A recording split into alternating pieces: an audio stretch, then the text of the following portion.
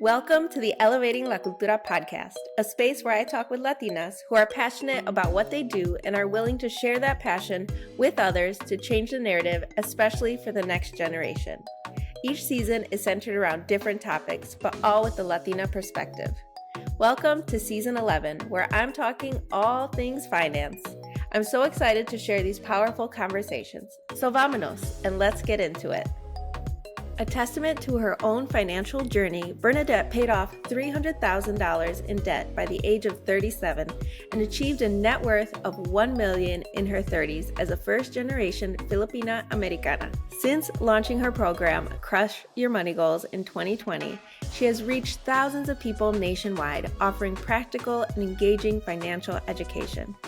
Featured on platforms like CNBC, Access Hollywood, and Good Morning America, and recognized among the 25 most influential new voices of money, Bernadette blends her expertise with relatable fun in Crush Your Money Goals, proving that financial education can be enjoyable and accessible to all. Her book, Crush Your Money Goals, delivers 25 actionable habits that make budgeting, saving, and investing easier, all while breaking free from debt. Please enjoy our conversation.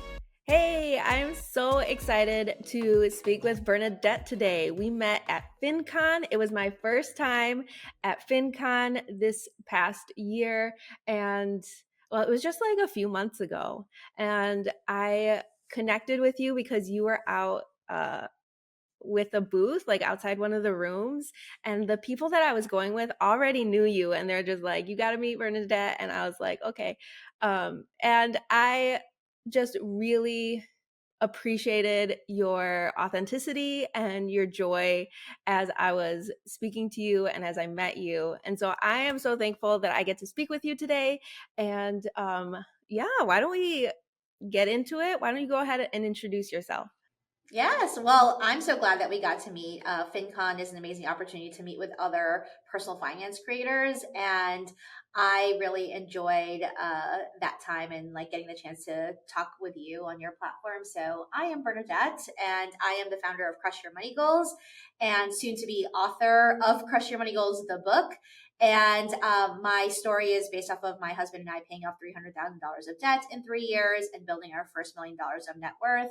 And I am on track financially. Don't know if I'm on track emotionally to retire at 40. And so I'm navigating that in the next year or so since I turned 40 in February. And I like to share all of my money tips and my financial and mental health journey on social media.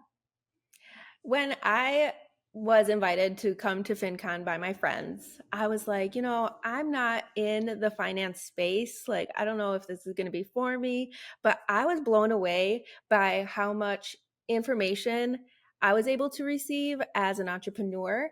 And I'm so glad that I went. I feel like I got a new perspective on like my financial goals, my financial health. And I was just like I left with like a list of things that I wanted to tackle. And I am glad that I was able to pick up a copy of your book, because as I was reading through it, I have read several finance books as an entrepreneur over the past like 15 years. But as I was reading yours, I felt like you were speaking to me and like as a friend. And that might sound a little strange, but I think as the past few years have like had us really question our values and how we navigate the world in general, a lot of people are really starting to get serious about their finances. And it could be just because I'm a millennial and now we're like adulting for real. Yeah. And we're just like, okay, well, let's figure out how to best retire early, or like, let's figure out the best way to actually spend money. And as I was reading your book, I just felt so much relief. And like, it was like, I was like, okay, I can approach this without feeling guilty about where I'm at or not knowing all the things. And so you open up your book, kind of giving us a general basis of like what things mean. And one of the terms that stuck out to me was financial literacy. And like when I think of financial literacy, like it can be intimidating because I'm like, a lot of people were not the best at math. And when I think of financial literacy, I'm like, oh, I need to know all the math stuff and percentages. And like, it can be overwhelming to people. But I love how you shifted that narrative. So I'd love for you to share how you've shifted that narrative and how that has played into how you work with your clients. Yeah. So, well, first off, I'm so grateful that you provided me that feedback. That makes me really happy because that's really how we intended to write the book when I was talking about it with the publisher. Like, I didn't want to just put out another book that just like spit out facts and figures and then like you didn't know what to do with it. And I'm glad that you felt like it's your friend. I don't think that's weird at all. I tend to talk to people as though we are friends because I think any one of us who are trying to pursue entrepreneurship or financial freedom, like we need more friends. It's a lonely journey, especially as an entrepreneur. I've been doing this entrepreneur thing now for 8 years, and at times it can be really lonely. And so I'm glad that you felt like it was a friend that was talking to you because that's how I intended it for it to be. And I'm so glad you brought up the concept of financial literacy because I say in the book that I'm not actually teaching financial literacy. What I'm teaching is financial freedom and independence, and those are very different. And the way that I describe it, both in the book and to clients and to those of you who are listening here, is that financial literacy to me is like knowing the rules of the game. And I'm a big board game person. I'm nerdy like that. I grew up playing like chess and Monopoly and all of those things. And now I play a ton of board games still as an adult. And the analogy I have for people is just like, well, you can read the instructions on how to play a game, but it doesn't mean that you're going to win. Right. And so financial independence, which is what I really teach people, is how do you win the game of money? And it is a game. There are rules. There are ways that are better than others. There are multiple players that are involved. And just because you know how to read the instructions does not mean you know how to strategize. And so when I talk about financial independence, the difference that I have for women in particular, I would say, and entrepreneurs in particular, is that you can learn how to make money or you can learn how to keep money. And there's really a strong difference in that. And the people who learn how to keep money are the ones who become financially free. Dang, I need to like sit with that for a second. That's so good. I think another thing that really connected me with your writing and your book was that it was relatable. Like you said, it wasn't just spitting facts. And I think that when I was starting in entrepreneurship, I was only intaking like, okay, here's a profit first, or like I need to pay myself, and here's a 30% that goes here, and then this, and 60% this. And it was just a lot of it was very analytical, very like straightforward. And it was like, if you don't follow this, then you're gonna fail. Yeah. And so I love that you have kind of made the whole book to be like, look, this is real life. And like you said, I'm going to give you some facts, and how you play the game or how you go about taking in those facts and actually living it out is going to be based on you. And I really connected with that, especially because when people think of like, oh, I need to be on a budget or I need to cut back on spending, it comes with this deprivation mindset, and that it's going to be like, oh, it's going to be the worst, and I'm going to be like living off nothing, and I can't go out to eat, I can't get a coffee, like I can't do anything. And I love how you said like, no, that's going to lead you to burnout. Like that's going to be like, it's going to suck. It's going to suck. Yes. And so one of the rules that I talk about in the book is I call it the rule of world peas, but most people know it as the Pareto principle or the 80-20 rule, which I simply tell folks one of the habits that you can adopt if you want to become financially independent is actually to let go of perfection and to say that 80% is good enough. And that's really hard for a lot of us, especially I would say as millennials, first generationers, like oldest daughters. Like there's a lot of us who are like, wait, but I have to be perfect if I want to be successful. I have to do everything right or not at all. And the way that I learned about this principle is aside from, you kind of just hear it in theory, but the actual guy who started it, whose last name was Pareto, he observed this because he was growing peas in a garden and realized that 20% of the crops that he had produced 80% of his crop.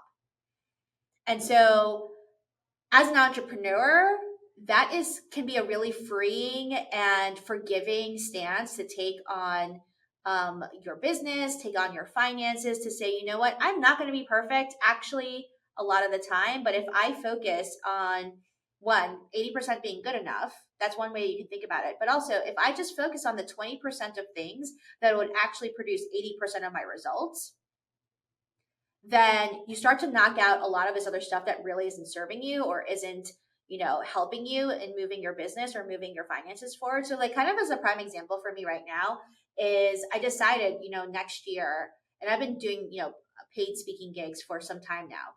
But even with the fact that I have a book and I'm a millionaire and I have all of these different credits, people consistently ask me to go travel very long distances to go speak for free. And I decided next year, I'm like, I can't do that. I can't do that next year. I did it in the past because I had to like build my resume and like get the practice in and get really good at speaking. But I'm at a point in my career right now where is me traveling 10 hours and then not getting paid?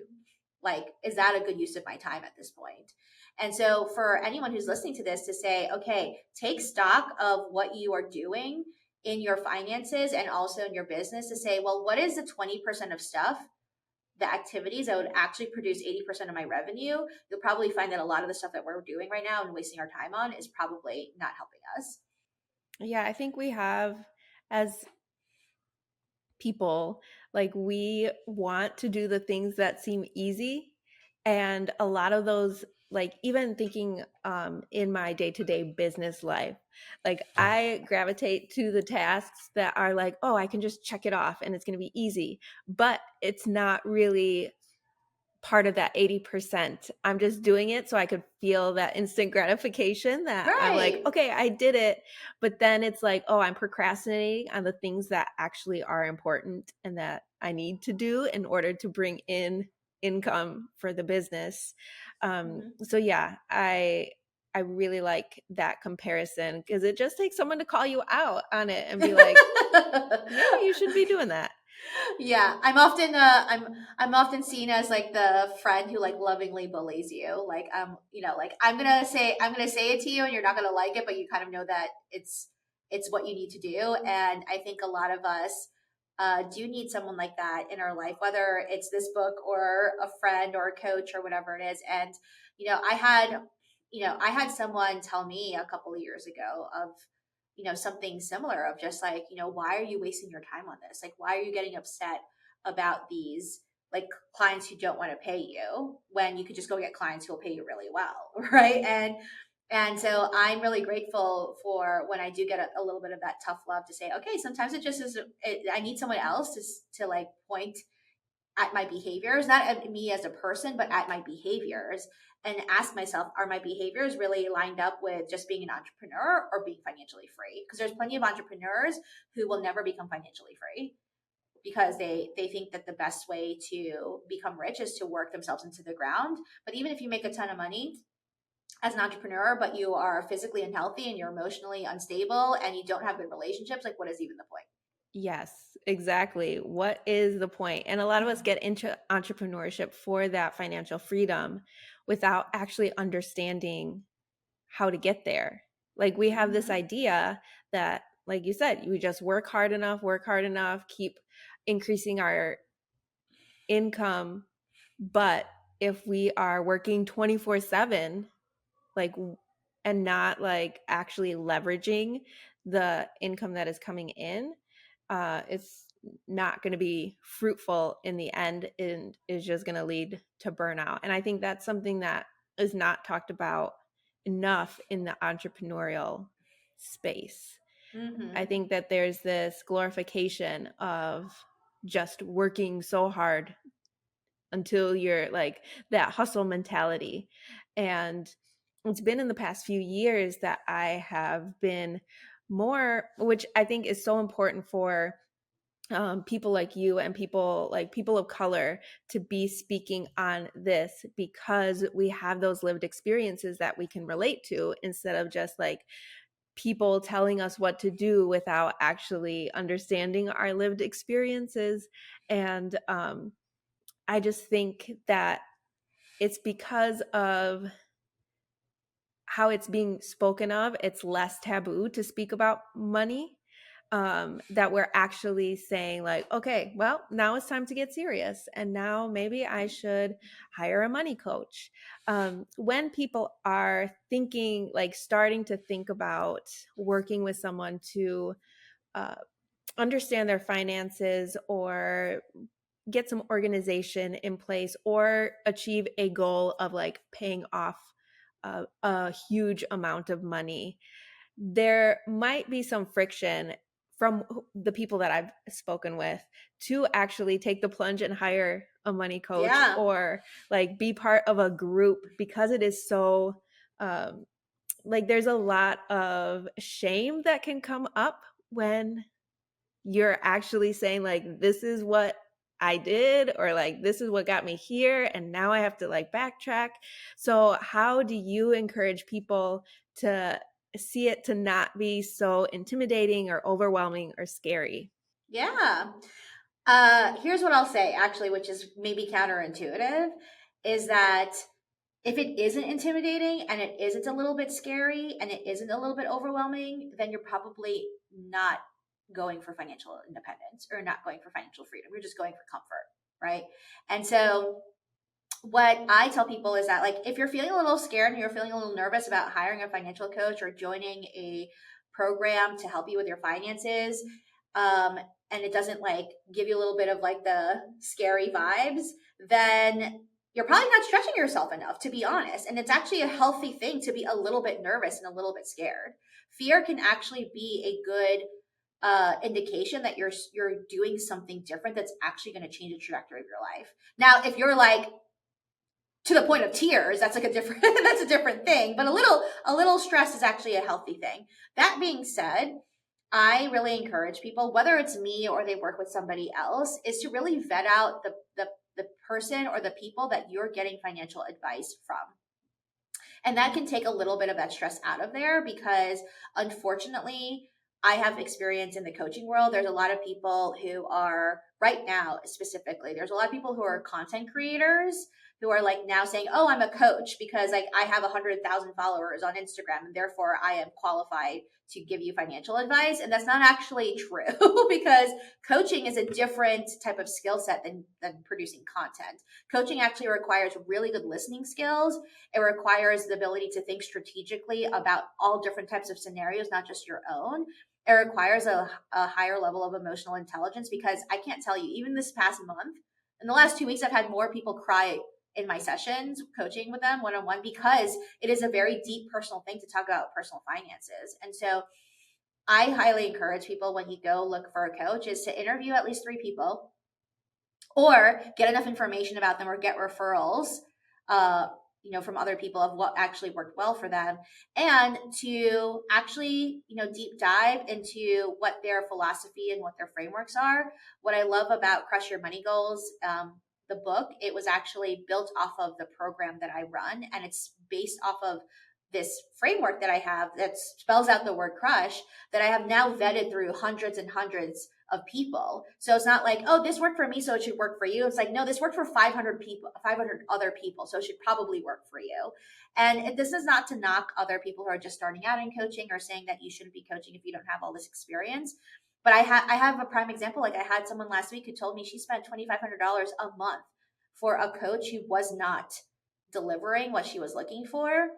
And I said to her, well, if you're not getting what you asked for and there's not a clear, tangible result that you feel like you're getting out of this coaching, it is okay for you to cancel cancel that coaching experience. So I'm telling everyone now, like there are some things to be like vigilant of when you're looking for a coach, but there are a lot of also really amazing coaches out there who will actually help you change the trajectory of your finances if you can vet out that they have a clear framework, they have results, not just from themselves, but from other people, and they are highly emotionally intelligent and can help you manage the stress and the emotions that come with changing your financial habits.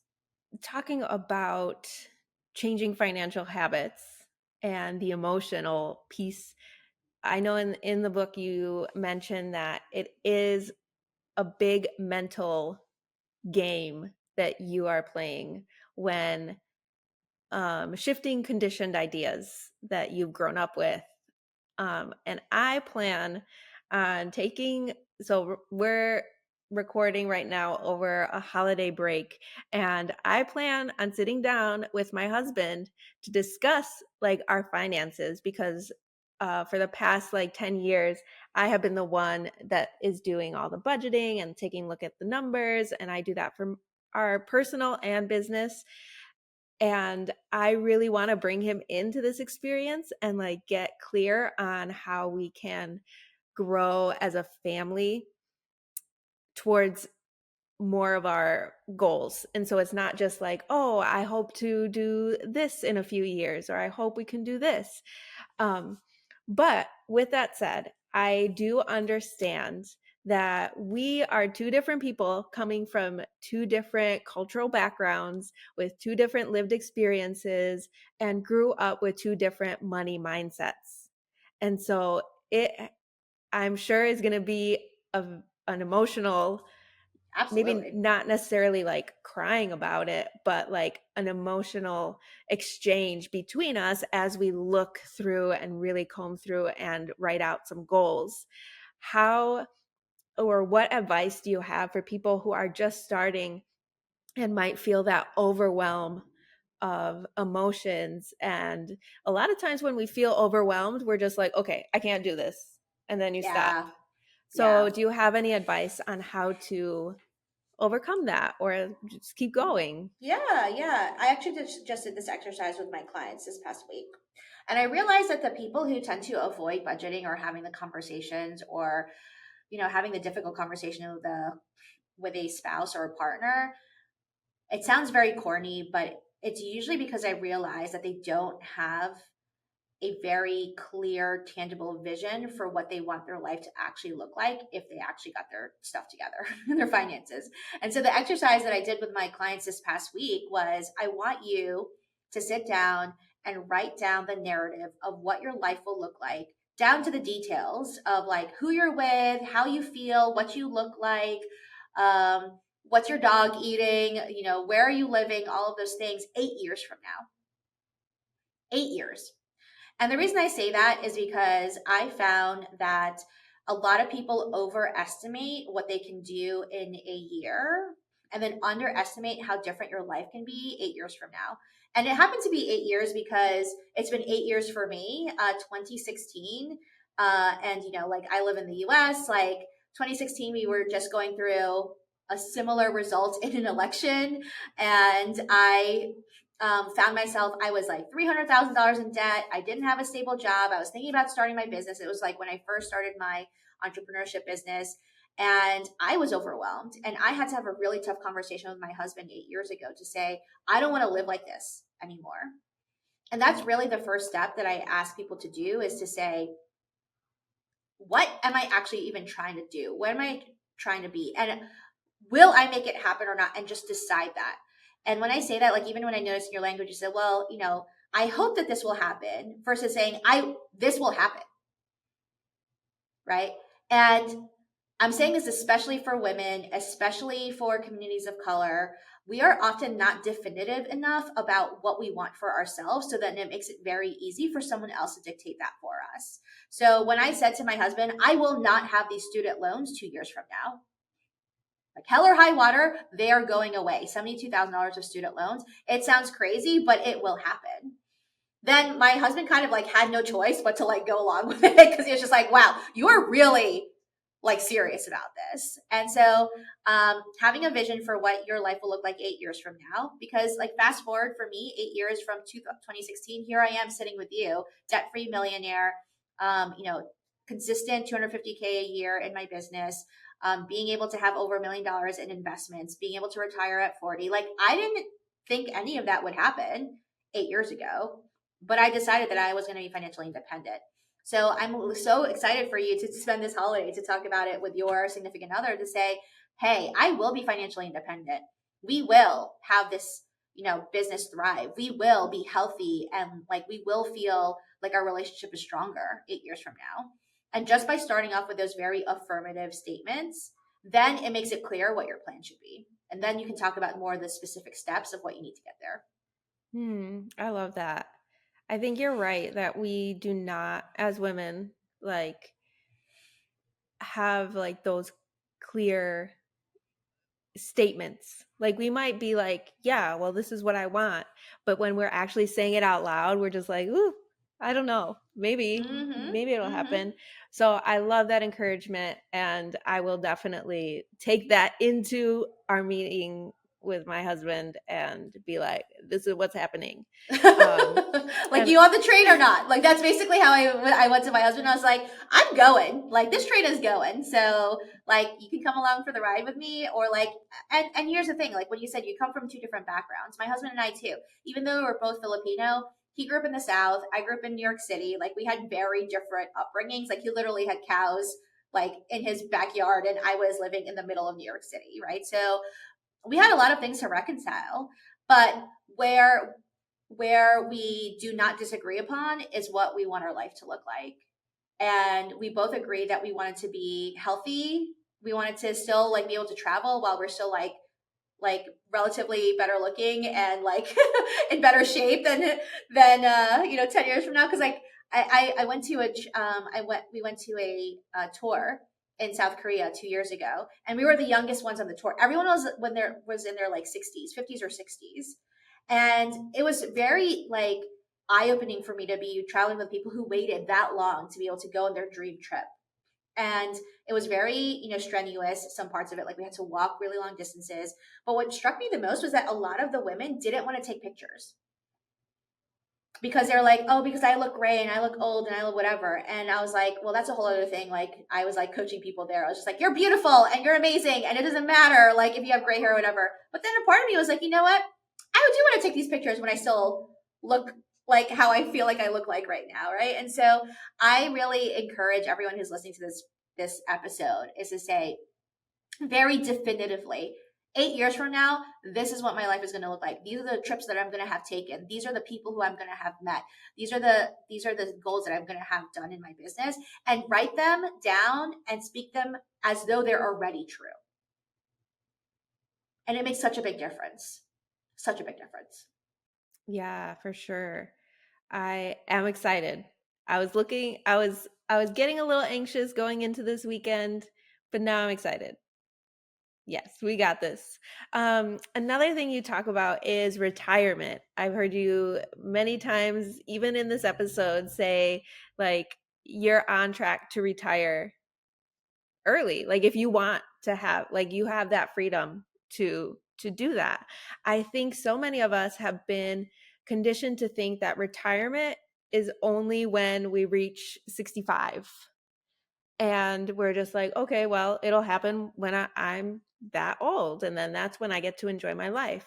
How, especially for solo entrepreneurs without a corporate job, I think with a corporate job, like they start putting into retirement for you. But for us that are like, oh, I don't have a corporate job, I didn't even think about retiring early, or like I didn't even think about retiring at all. Like I think as we see on social media more young people getting to that point where like, oh yeah, I can retire, or like I'm just living my life now. We're just like, how do we even do that before 65? Yeah.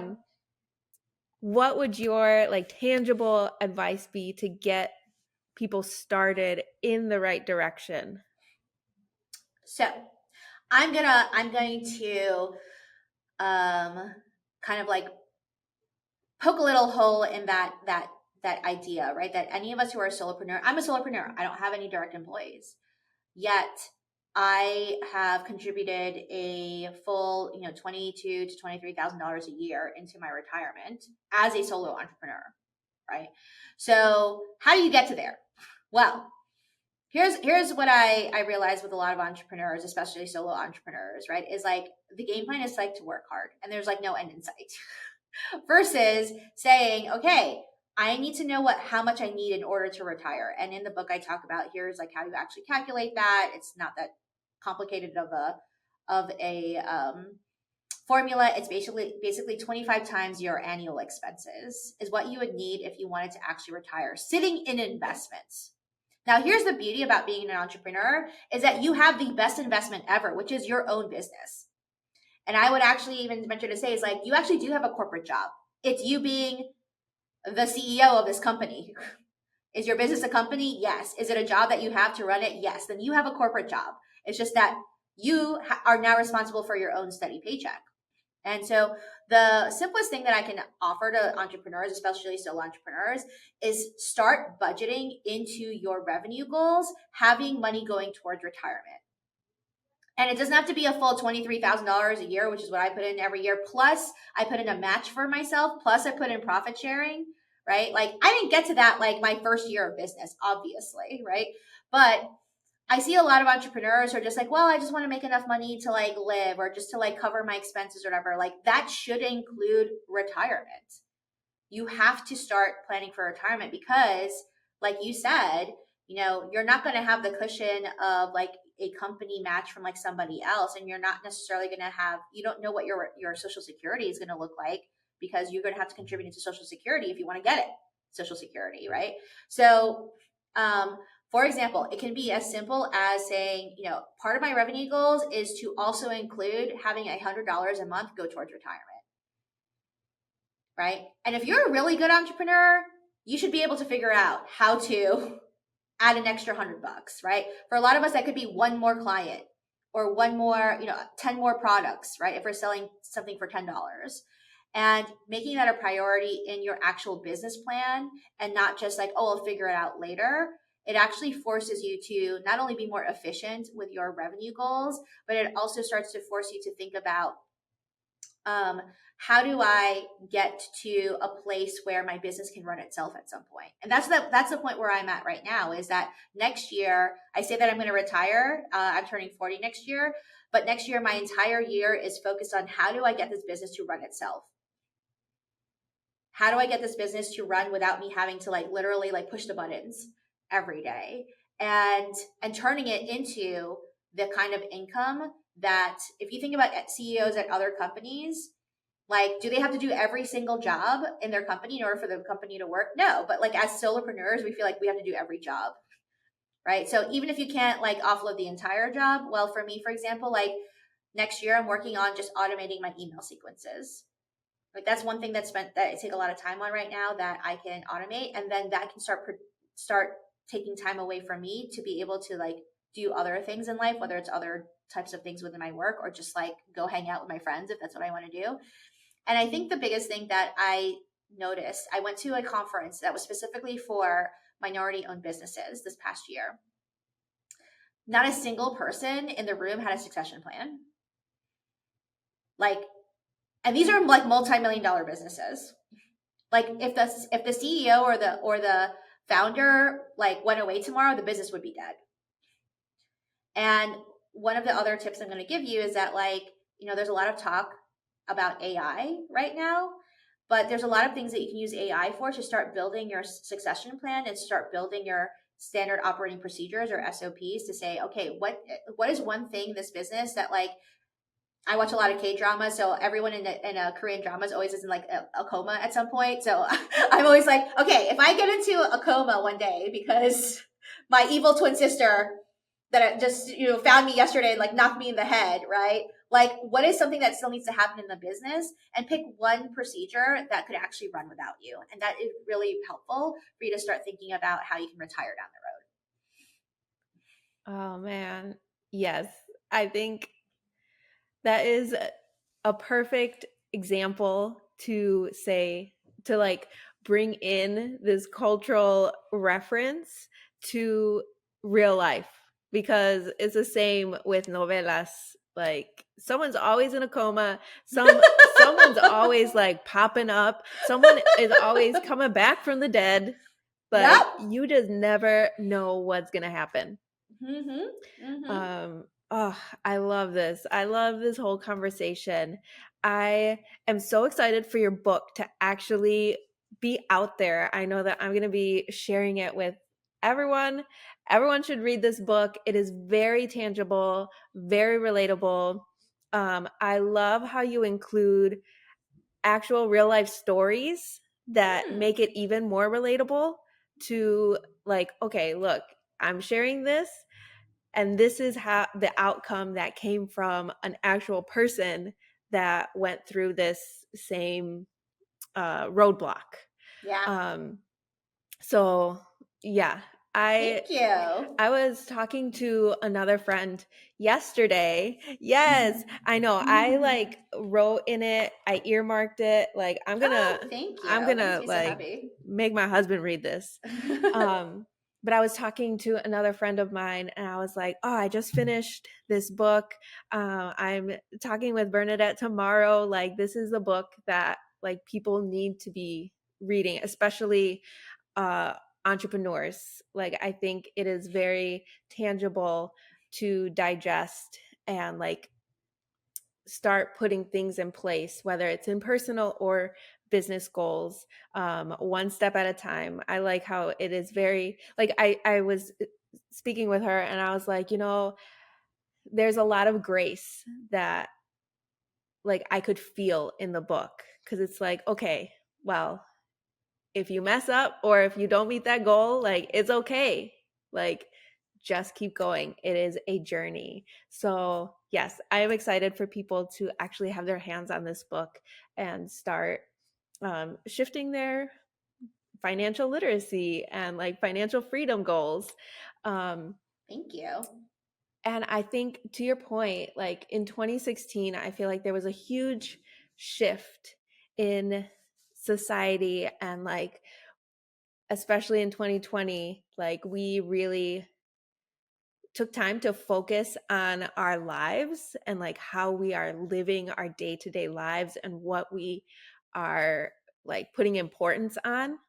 And I think this time around, as I mean, from what I hear, like people are really going to be getting intentional about their finances, because there is a lot of uncertainty coming up in the next 4 years. And so I think this is a perfect time to be talking about money, and especially reading about money in this way. So, where can people find you? Yes. Well, thank you so much for this conversation. I really enjoyed it. Where people can find me is crushyourmoneygoals.com is where you can learn more about the book, learn more about the programs that we run. And also we have several free workshops for people to join. So you can check that out if you want to get into a deep dive and actually start doing some work on your finances. And then on social media, I'm primarily on YouTube and on Instagram at Bernadette Joy, spelled with the word debt in it. So that's me if you find my handle. And I always love hearing from people on what they're working on. So feel free to DM me in any of those platforms and let me know like what your financial goals are, and I can point you in the right direction. We have tons of free resources and tons of stuff, but also of course the book is coming out December 10th and it is only $18, and we tried to price it really affordably so that people can actually get a ton of valuable insights, not just information, even if you're someone who's not ready to do coaching yet. Awesome. Oh my gosh. Thank you so much. And before we leave, I always like to end my episodes with a piece of advice for the next generation. I think a lot of us are working really hard in our own lives in order to pour back and set a good foundation for the next generation. So if you had one piece of advice for them, what would it be? So this is top of mind for me right now is I wish that back then when I was like younger, that I had spent more time investing in my 2 to 3 friends that would last me for the rest of my life. I spent a lot of my 20s trying to impress people who I don't even talk to anymore. And so for those of you who are just starting to adult and feeling like you got to impress the people around you with your clothes and your cool stuff and whatever, find the 2 or 3 people that actually get you and who you wouldn't be ashamed to share your financial goals with. Anyone that you're really feeling like you can be honest about money with is probably someone you should keep around for the long term. That is so good. Thank you so much. This has been an amazing way to start out my holiday weekend. And I am so excited to meet with my husband this weekend. So thank you so much. You're welcome. Thanks so much. All right, we'll talk soon. Bye. Okay, amigos, thank you so much for listening. There will be a new episode every Tuesday, so after you listen, feel free to take a screenshot to post on Instagram and tag at Elevating La Cultura, or send me a DM. You can also comment on our YouTube video if you're watching online. I always like to hear from people and how they resonate with the stories that I share. So leave a review on Apple Podcasts so we can get more ears listening to these stories and we can continue elevating La Cultura. All right, enjoy the rest of your day, afternoon, evening, whenever you're listening, y nos vemos next week. Bye.